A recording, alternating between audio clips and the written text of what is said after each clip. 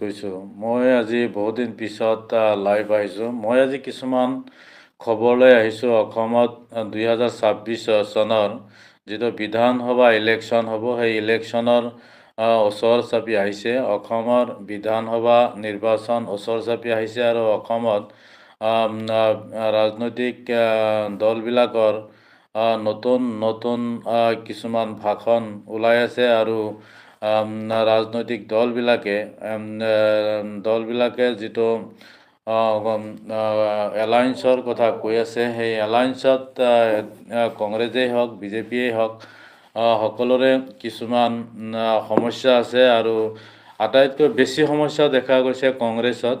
কংগ্ৰেছৰ যিটো এলায়েন্স হৈ আছে, এলায়েন্সত এতিয়ালৈ ৰাইজৰ দলৰ সভাপতি অখিল গগৈ কোৱা মতে ৰাইজৰ দলক এতিয়াও এলায়েন্সত ল'ব পৰা নাই। অখিল গগৈ যিকেইটা চিট বিচাৰিছে, বিধানসভাৰ যিকেইটা চিট বিচাৰিছে, কংগ্ৰেছৰ গৌৰৱ গগৈয়ে সেই চিট কেইটা দিবলৈ মান্তি নহয়, যাৰ কাৰণে অখিল গগৈৰ লগত এতিয়াও আলোচনা সম্পূৰ্ণ হোৱা নাই।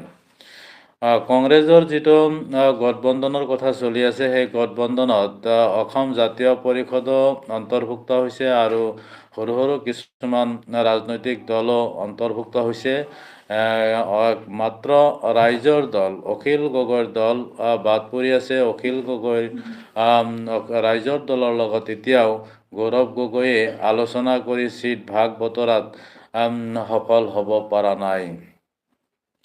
ঠিক তেনেদৰে বিজেপিৰ মাজতো অকণমান ভূপেন বৰাক লৈ অসুবিধা চলি আছে। ভূপেন বৰাই বিহপুৰীয়া সমষ্টিত ইলেকশ্যন খেলিব, কিন্তু ভূপেন বৰা কংগ্ৰেছৰ এজন ডাঙৰ নেতা আছিল আৰু সেই ভূপেন বৰাই যেতিয়া কংগ্ৰেছ এৰি বিজেপিত আহিল, তেতিয়া ভূপেন বৰাৰ নিজ সমষ্টিৰ কংগ্ৰেছীবিলাক ভূপেন বৰাক বেয়া পাইছে আৰু সেই বিজেপিৰ সদস্যসকলেও বেয়া পাইছে, যাৰ কাৰণে ভূপেন বৰা বিহপুৰীয়াত ইলেকশ্যন খেলা অলপ অসুবিধা হৈ পৰিছে, কাৰণ ভোটাৰ্ছবিলাক ভূপেন বৰাক লৈ সন্তুষ্ট নহয়।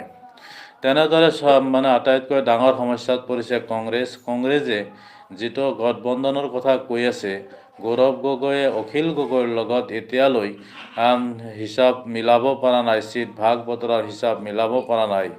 গৌৰৱ গগৈয়ে হয়তো ভবা নাই যে ৰাইজৰ দল এৰি দিলে গোটেই অসমত 126টা চিটৰ ভিতৰত কংগ্ৰেছে 20টা চিটো দখল কৰিব নোৱাৰিব, 20টা বিধানসভাৰ চিটো দখল কৰিব নোৱাৰিব। সেই কথা হয়তো গৌৰৱ গগৈ এতিয়ালৈ ভবা নাই, কিন্তু অখিল গগৈয়ে জানে। অখিল গগৈৰ যিটো দাবী, যিটো ডিমাণ্ড কৰি বহিছে, যিটো চিট বিচাৰিছে, অখিল গগৈয়ে জানে যে অখিল গগৈ অৰ্থাৎ ৰাইজৰ দল বাদ দিলে বিজেপিক হৰুৱাবলৈ কংগ্ৰেছ একেবাৰে বিফল হ'ব আৰু সেইকাৰণে অখিল গগৈয়ে যিকেইটা চিট বিচাৰিছে, হয়তো অখিল গগৈ সেই চিটকেইটা পালেহে কংগ্ৰেছৰ লগত গঠবন্ধনত চামিল হ'ব।